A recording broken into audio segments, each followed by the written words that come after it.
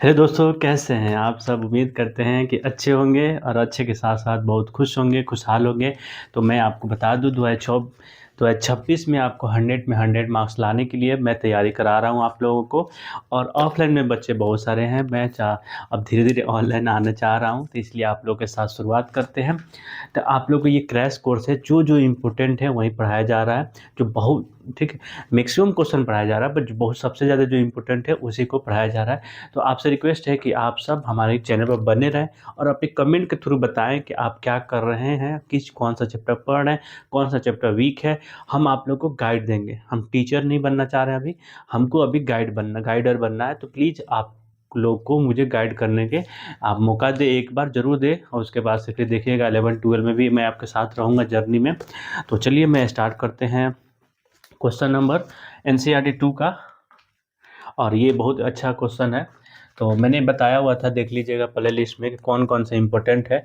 तो ये 1.2 का 1 का दूसरा नंबर। तो आंसर में लिखना है उत्तर, फिर लिखना है दिया गया है। ठीक है, उसके बाद आंसर कुछ बनाने का प्रोसेस बता रहा हूँ।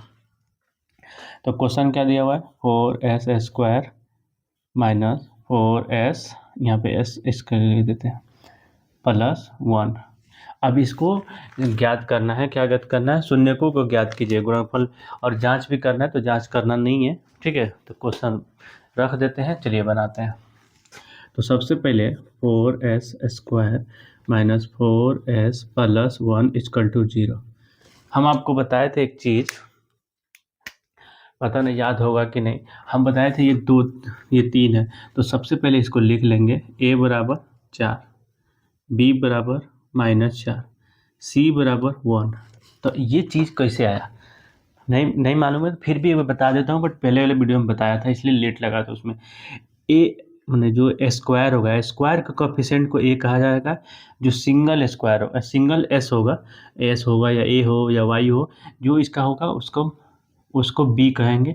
और इसके साथ जुड़ा हुआ है तो इसके लिए -4 हो गया। रही बात जिसमें जैसे एक्स और वाई नहीं हो, उसको सी कहते हैं। जैसे कि इसमें कोएफिशिएंट जो इंग्लिश वर्ड नहीं हो उसमें, उसको कोएफिशिएंट कहते हैं, जो उसको सी है। तो एक चीज़ सिखाए थे आप लोग को, ये कैसे तोड़ना है। तो क्या करना है, ए और सी को गुना करना है। ए कितना है 4, सी कितना है 1, तो गुना हो गया तो 4। ठीक है, अब इसको जोड़ या घटाव करके -4 लाना है। तो मान लीजिए जोड़ और घटाव करना है तो ये आना चाहिए, और गुना करने पे 4 आना चाहिए। तो तो 2 दूनी 4 आ गया। अब क्या करेंगे, क्या करूँ इस पे? तो इस पे क्या करना है, अगर मान लीजिए प्लस करते हैं तो 4 आ जाएगा, लेकिन यहाँ पे तो माइनस है, तो माइनस तो करने के लिए यहाँ माइनस और यहाँ माइनस करना होगा।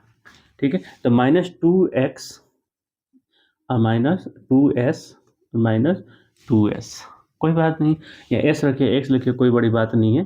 ठीक है, हो गया। यही इम्पोर्टेंट है समझना, फैक्टराइजेशन करने के लिए सबसे ज़्यादा इम्पोर्टेंट यही है। चलिए यहाँ पे आते हैं।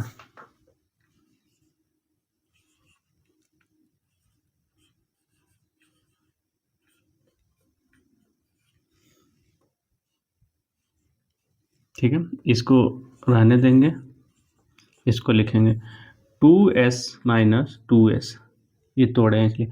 ये दोनों को जोड़ देंगे तो -4 आ जाएगा।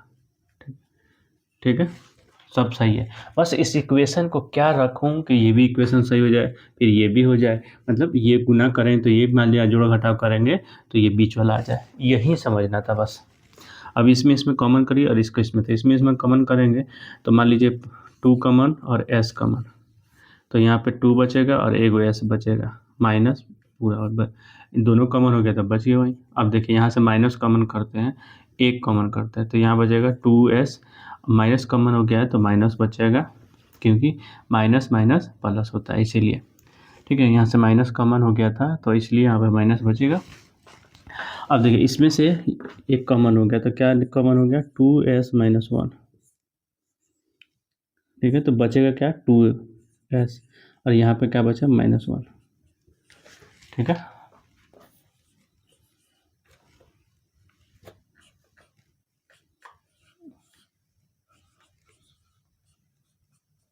ठीक है, तो 2s equal to 1, s equal to बराबर 1/2।